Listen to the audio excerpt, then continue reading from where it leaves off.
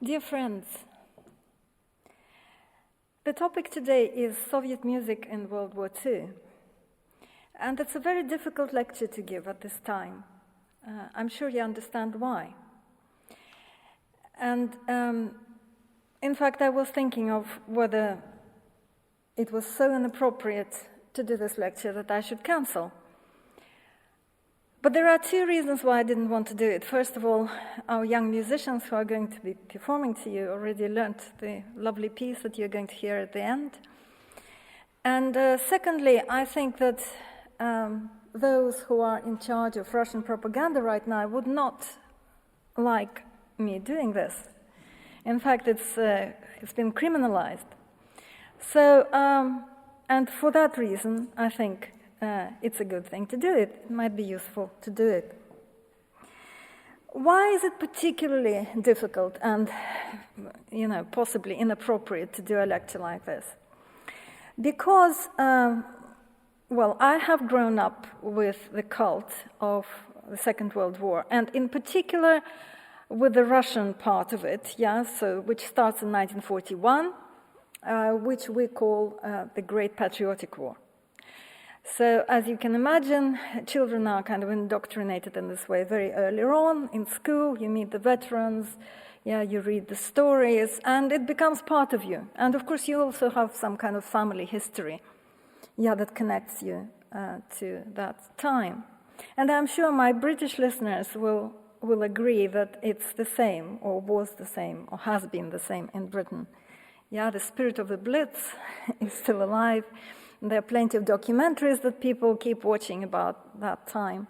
And there is something, a little bit of us, that is proud of what was done, not by us, but by people we have some kind of connection with. So I suppose this is this little bit of national pride that we all had. I'm talking about the Russians, that we all had, and even people who would disagree on all sorts of other political issues, liberals and conservatives, used to agree on one thing, that the memory of the war was sacred, that we should not forget the victims of the war, and that we should always keep that vicarious memory in mind in order for this not to be repeated. But what happened in the last, 10 years, this cult of the war was hijacked by the Russian government. Completely, it became more and more grand and vulgarized. The 9th of May became the holiday that not everyone wanted to celebrate because you would be aligning yourself with the government. It was vulgarized, and somehow out of this, let's not forget this, lest we forget, came out a little nasty slogan. We can do this again, If necessary, we can do this again. It seems to be coming from a song, a military song from 1955. We've marched through half of Europe. If necessary, we can repeat. We can repeat. This is this little nasty slogan, nasty meme.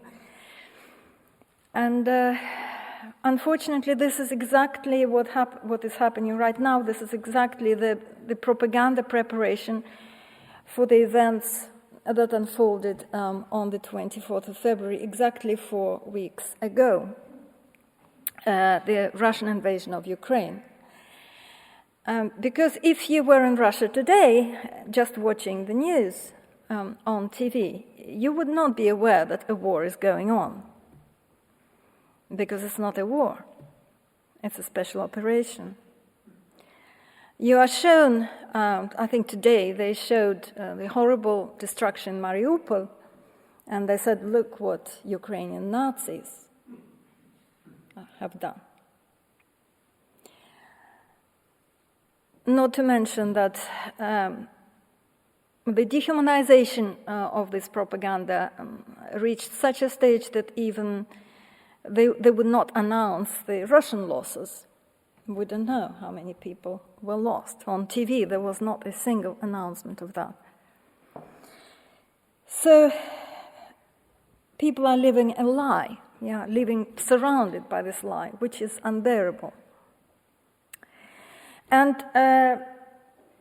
the memory of World War II, that pride is now gone for us. It's not possible for me to do what I was planning to do, to play some popular songs, because these popular songs have been sullied by this hijacking of the war cult.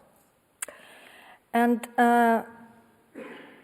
what I've decided to do, I've decided to connect it to the present events, and this is why I've chosen this image, which I think, does create a connection between the two wars, but a positive one.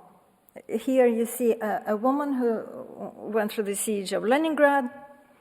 Obviously, she must have been quite young at the time, who is being arrested for protesting during the war. This is a photograph taken in the last few weeks. And after having been arrested and released, she's come out again with a different placard that she's herself painted.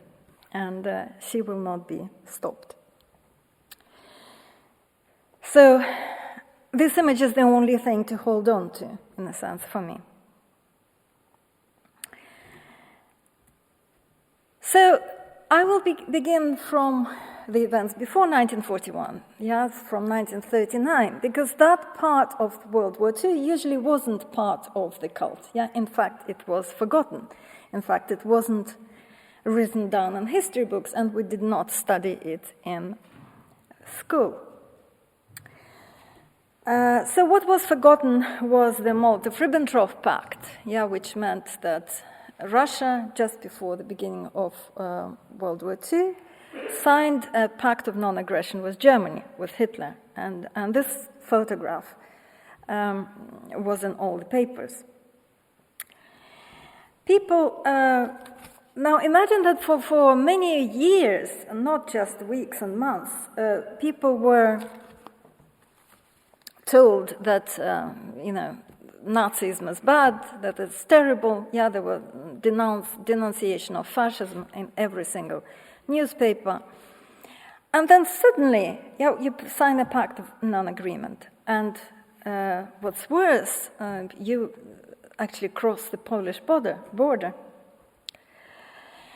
So I looked at some of the diaries which were written at the time, by Russians. One of them says, in Pravda today, one of the reports from Western Ukraine styled the Poles as the hateful enemy. But it was only a month and a half ago that we were offering this hateful enemy our military help. Such is politics. Thankfully, people have short memories, and such word spinning does not lodge in their conscious minds. So he's being sarcastic. And I'm sure we're all familiar with this short memory. So people suddenly had to rethink all this and find justification in being friends with Hitler. Some of them did, some of them didn't do, but it was much easier to do it because, remember, in those days there wasn't even internet. There wasn't any alternative source of information. So they just had to, there were only rumors and newspapers, nothing else. So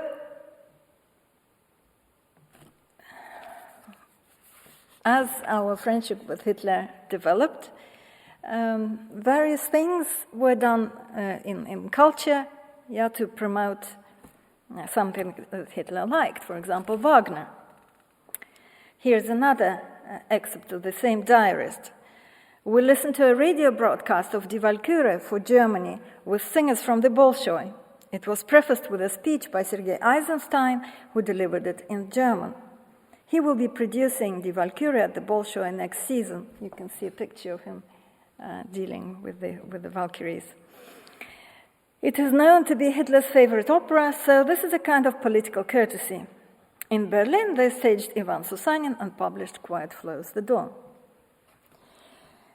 So all these things were seen as shocking to start with, but then people got used to the idea. And in a strange way, because the attention of the government was so much on international affairs, the domestic situation got a little bit more relaxed. In fact, culture didn't have the same restrictions as it would have had in 1936 or 1937. For example, Shostakovich's Sixth Symphony got a mixed reception, but the castigation of it, the criticism of it, was nothing like what he experienced in 1936. There was Prokofiev's opera Semyon Katko, which was a very kind of complex, sophisticated piece. And next to that, there was a work by Tikhon Khrennikov, which is called Into the Storm.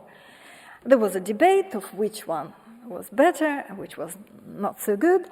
And it actually turns out that the professional community favored Prokofiev over Khrennikov. Yeah, so it's exactly the opposite to what would have happened in 1936. So generally, yeah, for culture, the climate seemed to be more liberal, even though, of course, the same opera had to be censored. The German invaders there had to be replaced by Austrians for it even to reach the stage. Yeah, and Eisenstein's film, Alexander Nevsky, also was shelved, yeah, because there were these medieval Teutonic knights invading Russia there. Of course, another thing that was happening, that Stalin continued to give a lot of carrots out, yeah, so not just sticks, but carrots to the workers of culture, so to speak. And they received orders and honorary titles, and there was a new thing now, which is called the Stalin Prize, introduced in 1940. The first of them were awarded just before the war.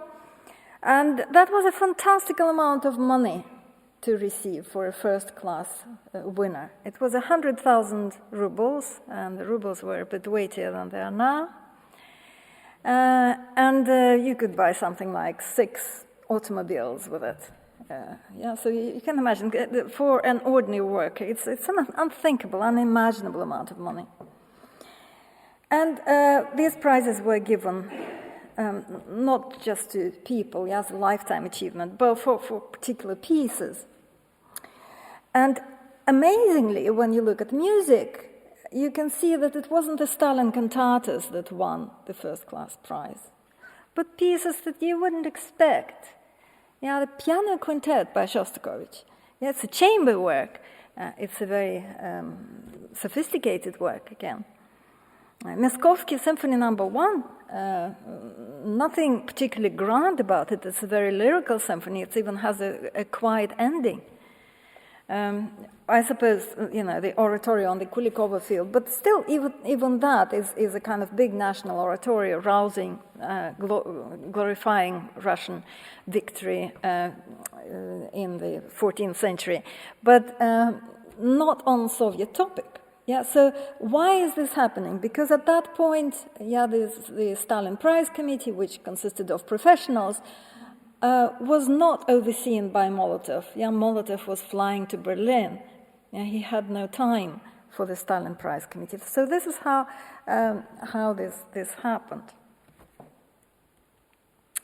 But we can't imagine that at that time people, culture workers, composers were entirely free. And one interesting piece that I would like to introduce here is Shostakovich's Suite on Finnish Themes. Now this is another forgotten war, or at least the war that Russians would like to forget.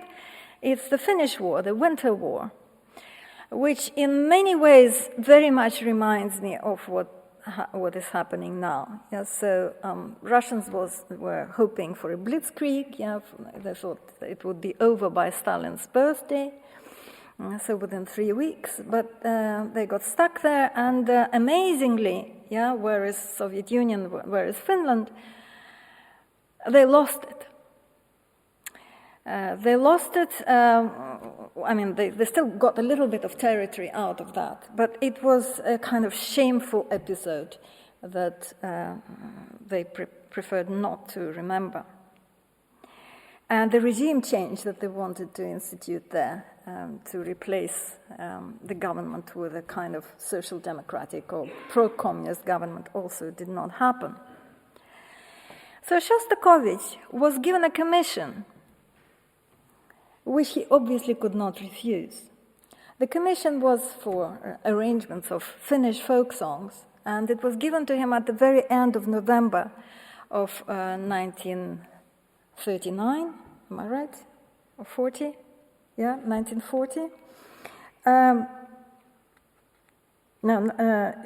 Yeah, here I've got confused. Yeah, but at that moment, yeah, just before the invasion started, and Shostakovich obviously could not say no, because the commission was from the political department of the Leningrad military district. Yeah, so it basically was a military commission. I think you can imagine that it was very difficult to say no. And would he have even imagined what purpose these songs would serve? We don't know very much about this. We only know that they were probably intended for a celebration, for a celebration of victory. And when you hear them, they are completely innocuous and rather lovely.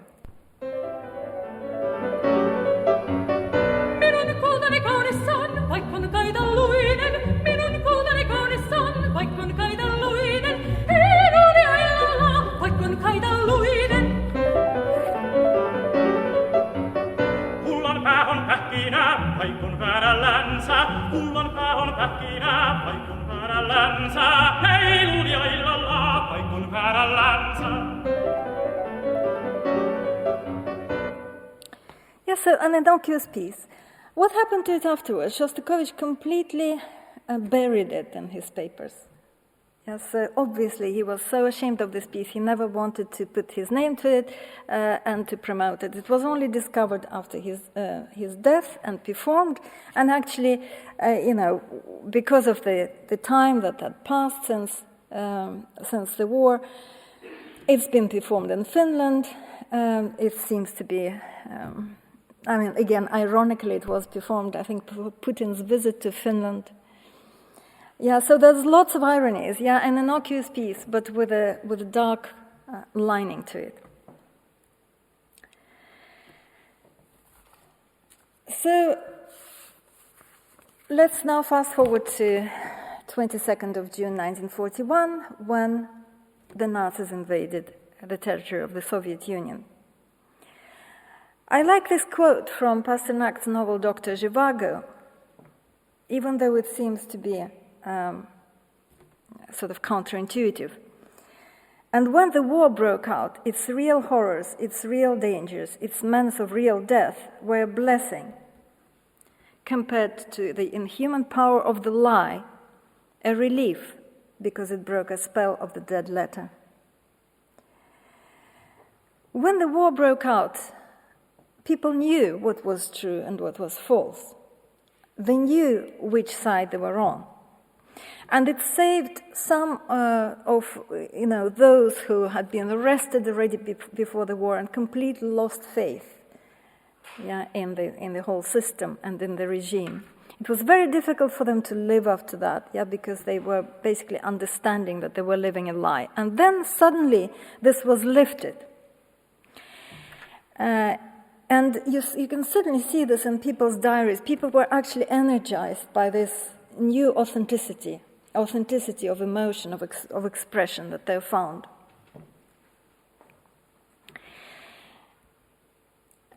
Of course, Shostakovich's Symphony No. 7 became very early a symbol of the war. And various things that it introduced show us the new license of war. What does this mean? What do I mean by this term? I mean that more things were permitted, more musical idioms were permitted now within socialist realism, if they represented the enemy, or if they represented the suffering of the Russians under the enemy. So you could write a tragic piece and be justified. You could write a piece which had this very high emotional temperature, to be expressionist, to portray horrors, and that would be justified. You could use the so-called grotesque style, the kind of mocking style that was always frowned upon within socialist realism, because what are you being ironic about? What are you mocking? Yeah? Well, here you could mock the enemy. So that also now became acceptable. And of course, the very famous moment in Shostakovich's Seventh Symphony is the moment, the beginning of the invasion, and how we suddenly change from peaceful sounds to the sound of a side drum. Very, very quiet, very far away. And then you hear a little tune, a banal tune, a tune that might sort of refer to one of the numbers in an operetta that Hitler particularly liked, The Merry Widow. But it's an easygoing, light-hearted tune which has a sinister meaning. And then it grows and grows, it approaches you, it gets closer and closer, it becomes deafening in the sound of the orchestra. So it becomes the music of the war. So it's a kind of grotesque portrayal of the war, portraying it through a banal tune. It was something that nobody quite had done before that. So it was a very powerful and new thing to do. So I want you to hear that moment when you hear the lovely violin solo, the end of the peaceful life, and then the beginning of the war.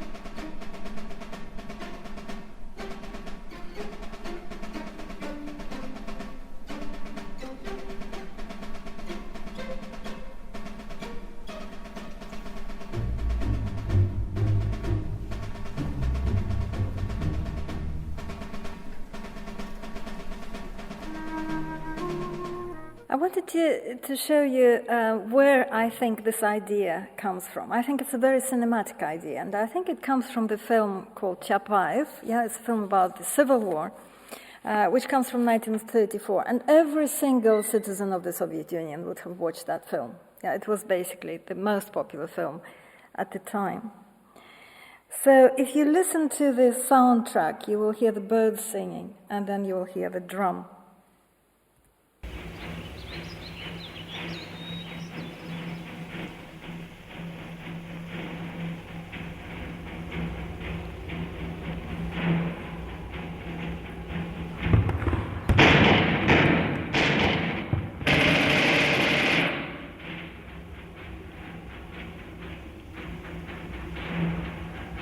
Держись, Аска, помираю, патроны-то.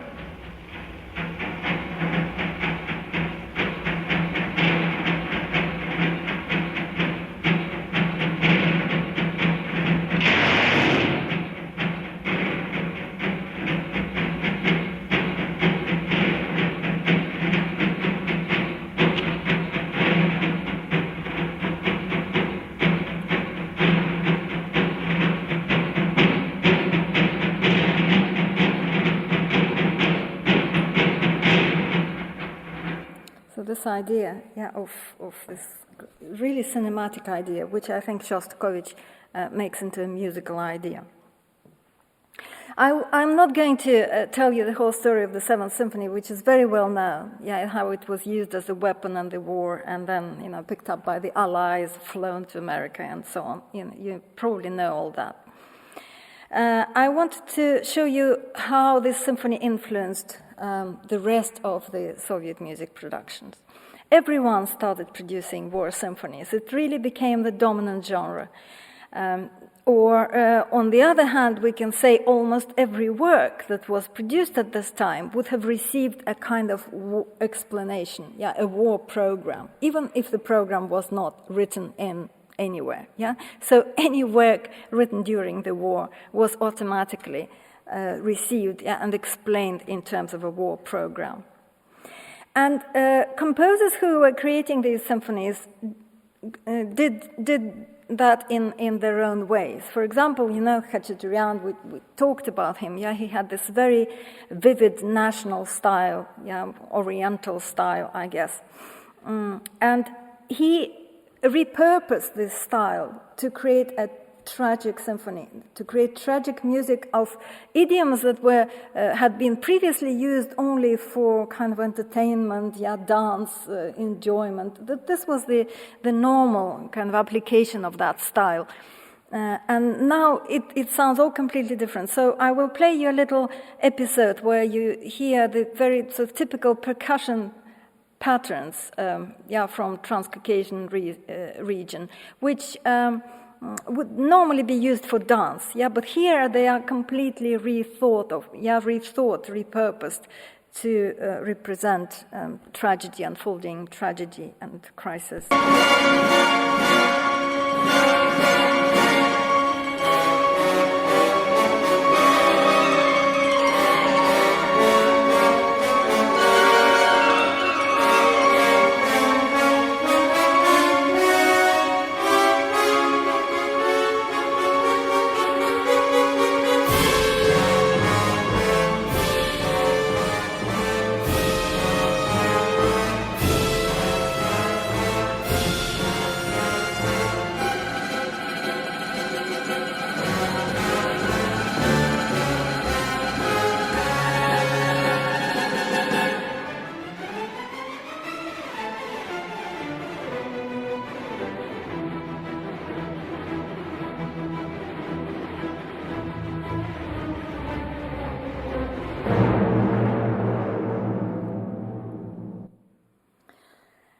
Prokofiev, on the other hand, he also created a symphony which was read in the context of the war program, war narrative, which is number 5. And he, in the scherzo, reused the material that was supposed to go into his Romeo and Juliet ballet, but wasn't needed there. So he actually reused it and elaborated in such a way that it turned out to be even more sinister than some of Shostakovich's scherzos. So here is this very famous moment. The writing is for the brass is sort of incredible. It's like a huge machine, that's starting out, and again advancing towards you.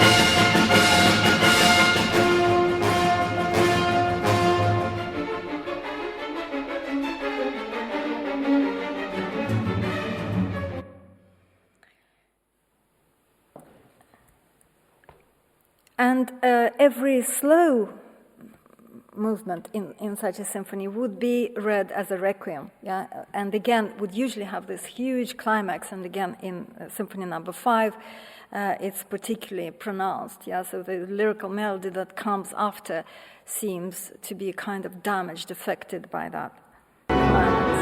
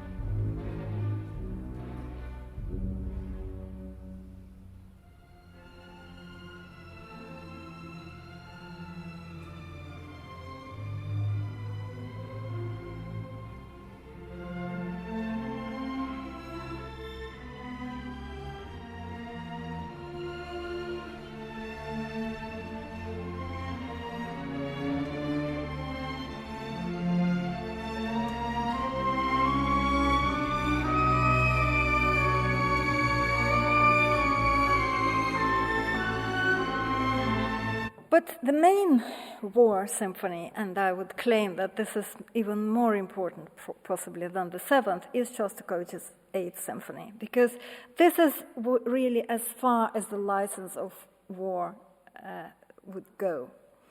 This is where it hits the limit. Because there was a huge debate around this symphony. If you listen to it, you will probably say, well, this is not a symphony that you feel has been restricted by any censorship. It really feels completely authentic to me.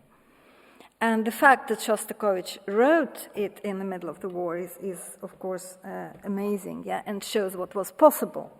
But once it was written, then the debate started, because of course it was nominated also for a Stalin Prize, and they debated over it for 2 whole years, yeah, because actually the first time the prize wasn't awarded, and then it was transferred to the next year as well. And here are some of the things that was said.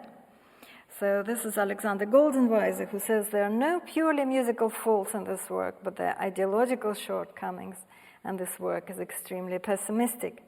Yeah, so again, it gives the impression that it portrays with huge power all the darkness and pain that undoubtedly have a place in our experiences. Yeah, but we want to have something that rises above it. Sculptor Vera Mukhina complained that the symphony was too difficult to listen to, that you might even think, well, when is it going to end?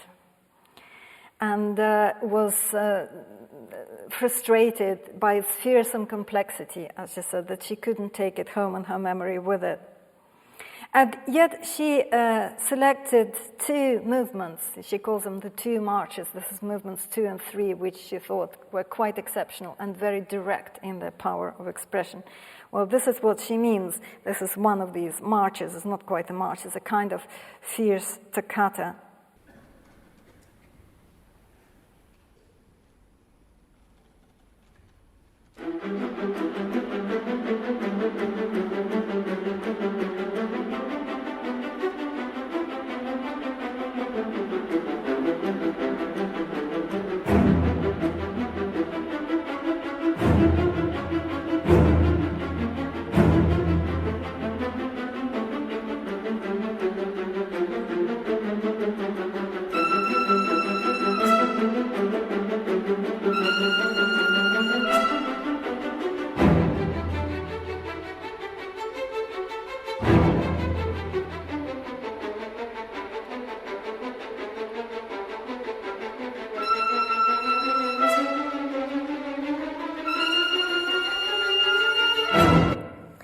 You can probably imagine that people actually heard the sounds of war itself, yeah, the actual soundscape of war in these scores, both in Prokofiev and in Shostakovich. And the end, which perplexed everyone, yeah, while in the Seventh Symphony, Shostakovich really tried to imagine the victory, yeah, so it's a grand peroration at the end. At the end of the Eighth Symphony, although it's in C major, the end is very quiet.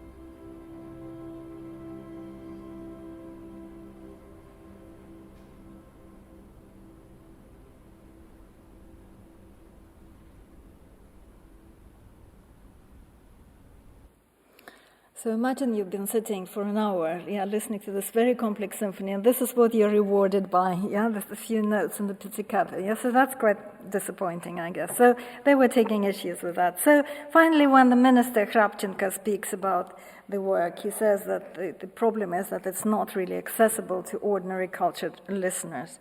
Secondly, it's too individualistic, too individual, and thirdly, it's too pessimistic. And then he starts,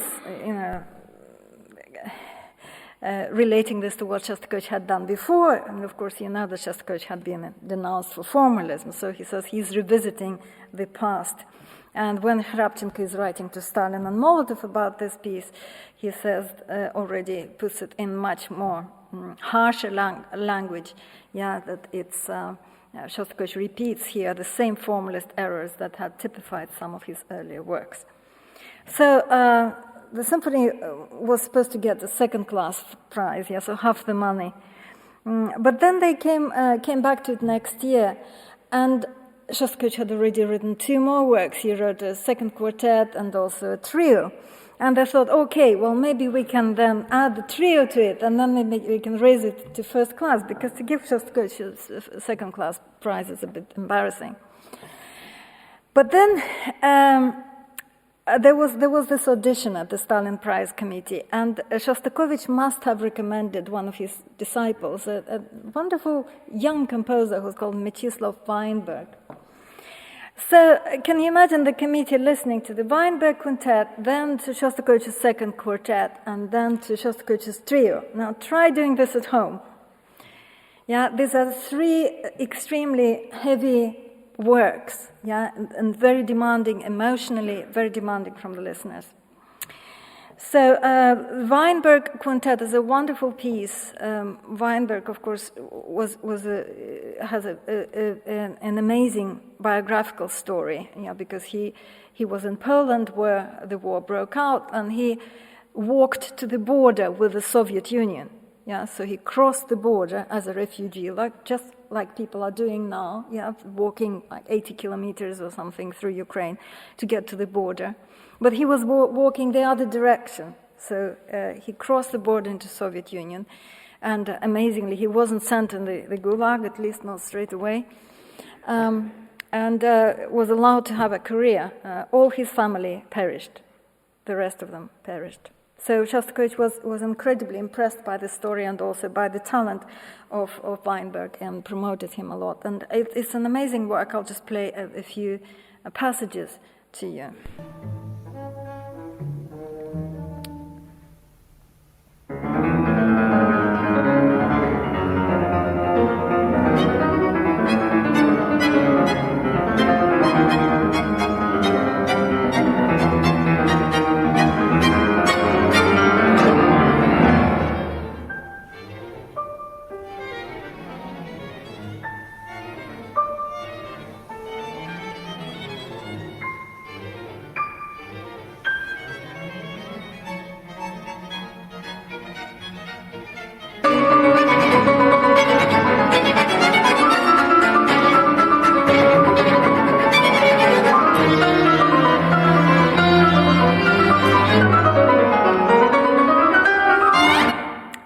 Himself playing, amazing piano playing as well.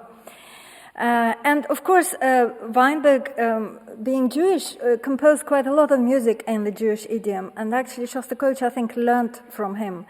And it seems, Shostakovich that is often more influenced by Weinberg than Weinberg by Shostakovich. This is quite an amazing thing, but this is one of the moments in the slow movement where you can see even, these repeated notes, this kind of recitation or cantillation.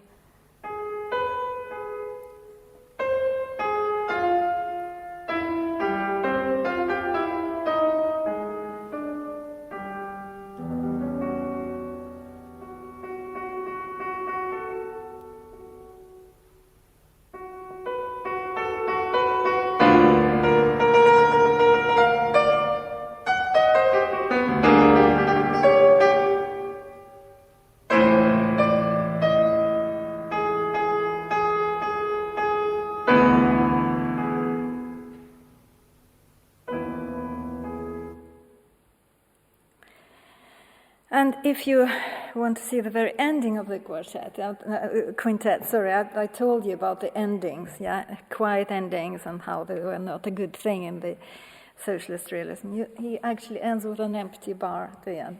There's actually nothing. There's a bar of silence at the end, which is so very symbolic. So, when all that was performed, so that was probably about 2 hours of music, an architect who was a member of the Stalin Prize Committee really could not contain himself any longer. And he started swearing at Weinberg. Well, Weinberg wasn't there, but anyway, some youth brings us a piece of utterly unbearable rubbish. It's an outrageous thing, the most incredible cacophony, just a lot of caterwauling. There were some attempts at technical innovation. Now you do it with a finger, now with a bow. We were laughing about it, that maybe he should get something attached to his back so he could drum on it. How does this come about? In this regard, I must raise an issue of principle here. The Stalin Prize Committee has a certain criterion of evaluation. It approaches every work from the point of view of socialist realism. If we were offered some kind of futurist daub as a painting, we would not even look at it. If we were offered some kind of Zaum, transrational poetry, we would not give it a hearing. So why in music do we have to listen to these formalist scams? And he continues that Shostakovich, one is a teacher, the other a pupil, but it's unbearable cacophony again in the quartet, and it's the most you can do just to stay put in your seat. And we keep saying Shostakovich is a genius, a genius, a genius. We give it our encouragement. And this quartet, this incredible chaos and cacophony, after it, we heard some rounded phrases in the trio, and people said it was very good. But if you take it by itself, there is nothing particularly good about it, and so on and so on. So after that, the discussion was swayed in the other way. Nobody could quite defend Shostakovich with the same ardor as before. But the trio, so the Eighth Symphony, basically, this is an interesting quote about the Eighth Symphony. He says, when the Eighth Symphony is performed, there's a lot of cacophony there, but people hear something in it that reminds them of the cannons firing and the Katyusha rocket launchers squealing, while in the quartet and the trio, this justification is lacking. So this is the license of war spelled out for you. So you can do various things if they have to do with the war, but if there's no justification, it's just formalism. Well, the trio actually got the award, instead of the symphony, second-class award, and it's amazing too because it has this Jewish material and this very, very famous kind of Jewish dance, which is incredibly sinister, and he's now has been described as a dance of death.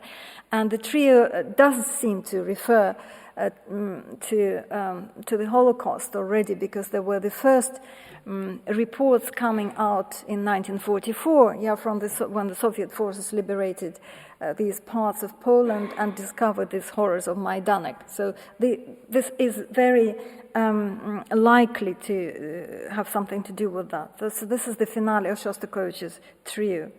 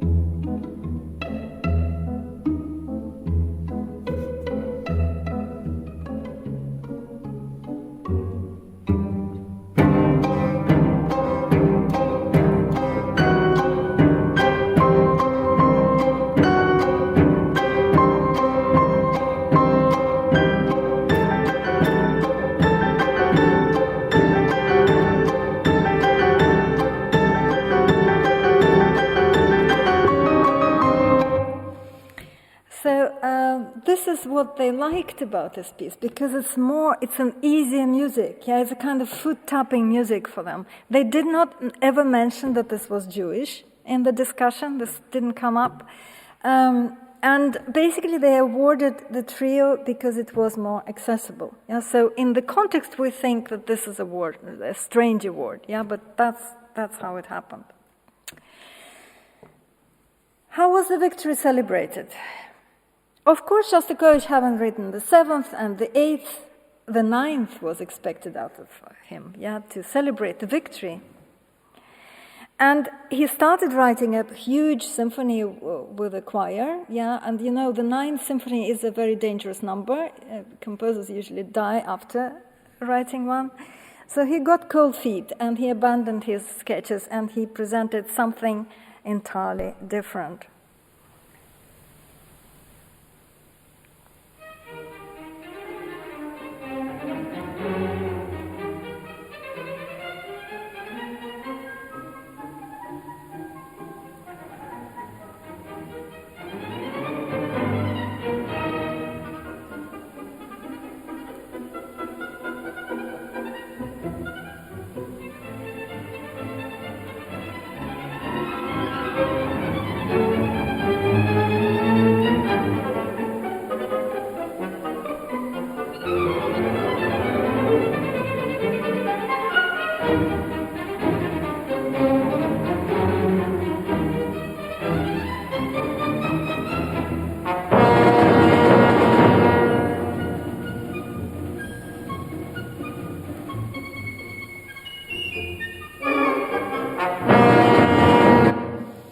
So it's a comedy symphony, yeah, it's a neoclassical symphony, it's very light. And unfortunately the TASS, yeah, the information agency, published a notice about it, that this is Shostakovich's 9th symphony, will be in celebration of our great victory. Yeah, so you can imagine in that context it was seen by many as a kind of provocation and something embarrassing. Lots of Shostakovich's supporters were trying to cover up for it and saying, well, it expresses the joy and relief, yeah, the feeling of Soviet people after the end of the war.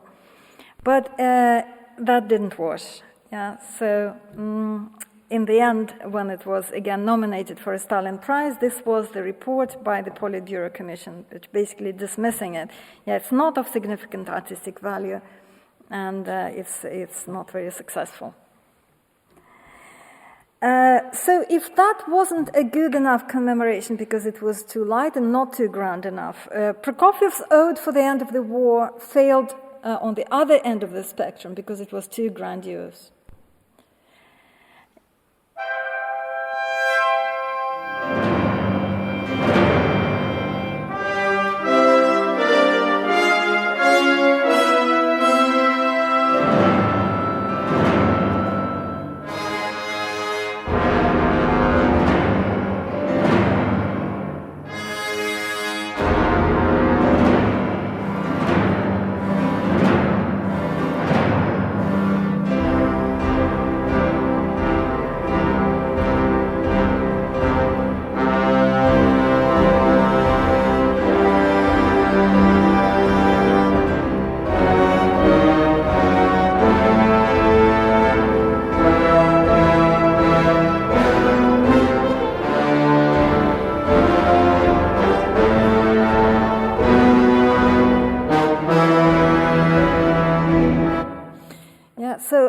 To have 8 harps and 4 pianos and a huge number of double basses, yeah, and a huge number of brass was seen as excessive, extravagant, decadent, again, going beyond socialist realism. So that wasn't a good victory piece either.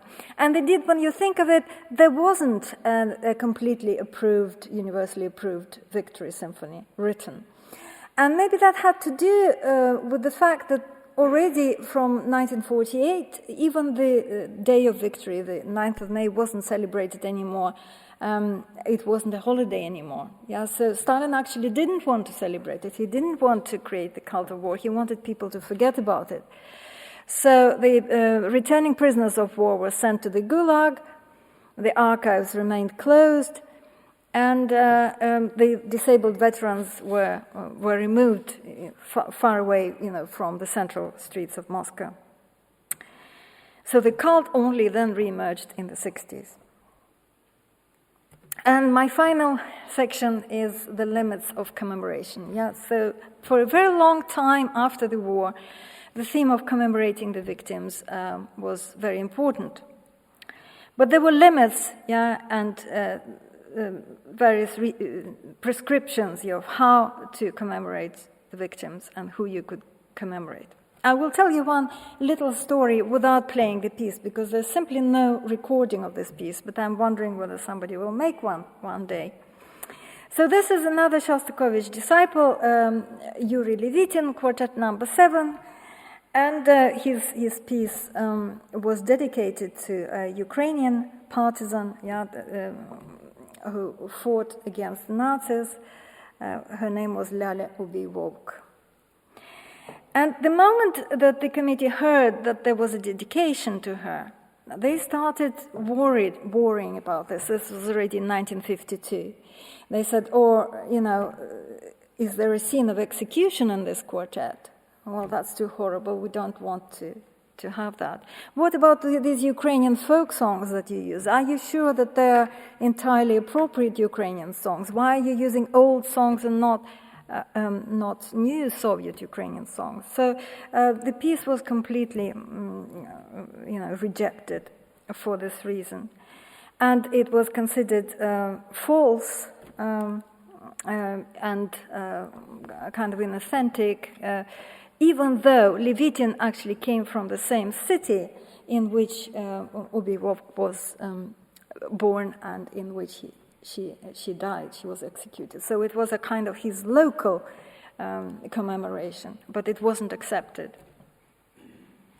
And another case of that was a symphony which was written by Dmitry Klebanov or Dmitro Klebanev, a Kharkiv composer, Ukrainian Jewish composer, which was dedicated to the martyrs of Babi Yar or Babin Yar. You probably know about much more famous symphony, Shostakovich's 13th, which comes from much later. But this one is not very well known because it was rejected straight after the premiere. And I will read out what they said. It says, grave mistakes have been found in the work of some composers. Thus, for example, the Kharkiv composer Klebanov wrote a Babi Yar symphony that is steeped in the spirit of bourgeois nationalism and cosmopolitanism and founded on old Jewish religious songs, rituals of ancient Palestine, Israel's lament, intonations of the synagogal chant. Such are the sources which inspired Klebanov to write this anti-patriotic symphony. And this very much, very sort of contemporary language, anti-patriotic. This is something that we hear very much right now from the Russian media.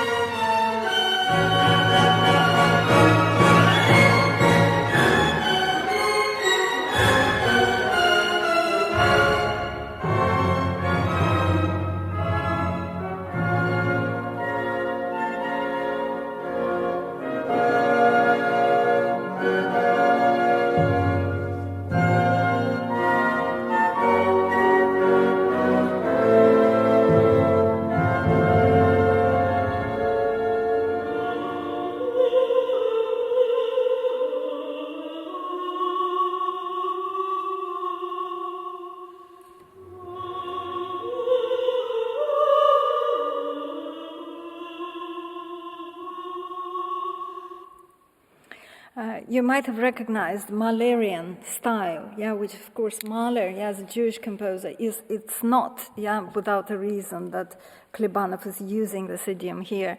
And later on, he does another interesting thing. He sort of quotes from Beethoven's Ninth Symphony, but instead of the recitative in the finale, he uses Jewish cantillation again. So you can see how this music is full of symbols.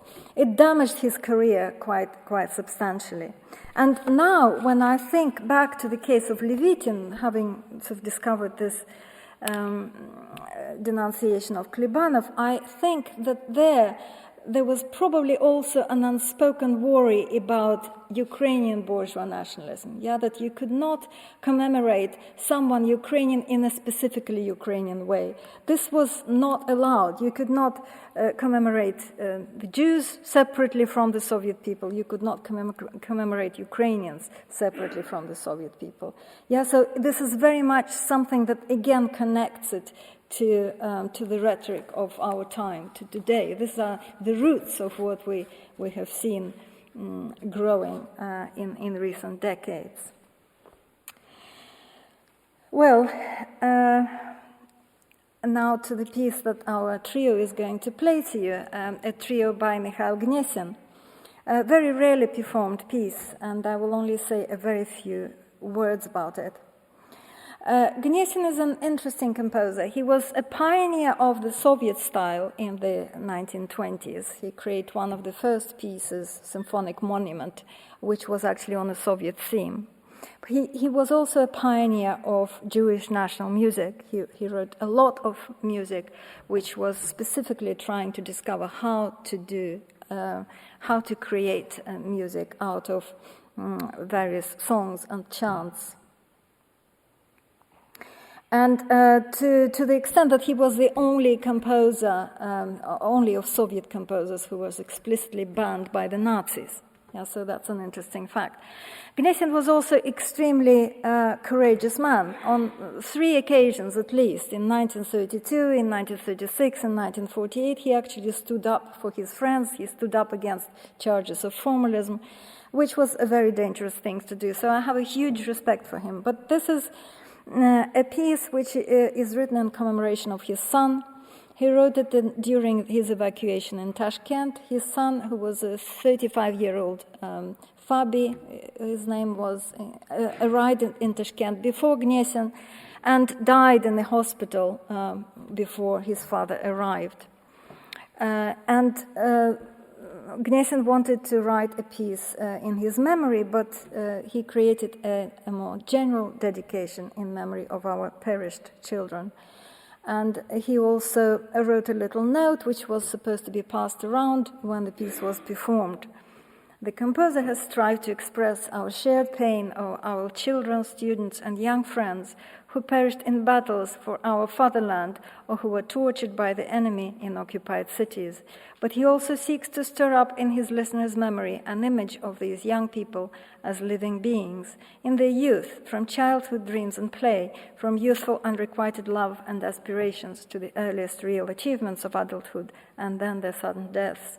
The sections of the trio linked to the poetry of children's suffering are built on a theme that was composed at the age of 8 by the son of the composer, Fabi, now deceased. This piece doesn't sound particularly Jewish, although it does contain a Yiddish theme at the very start in the pizzicato, but it's not explicitly written in the Jewish idiom. Nevertheless, later on, it has acquired new meanings as a Holocaust memorial piece. But today, I think this dedication can stand, and we don't have to add anything to it, and dedicate it to those innocent victims of the war that is going on now. And I will invite now onto the stage our very young performers. They're all undergraduates from Cambridge University, Jacqueline Secchi, William Harris, and Ellis Thomas. 2 of them are from Clare College, and 1 of them are from Downing College. Please give them very warm welcome.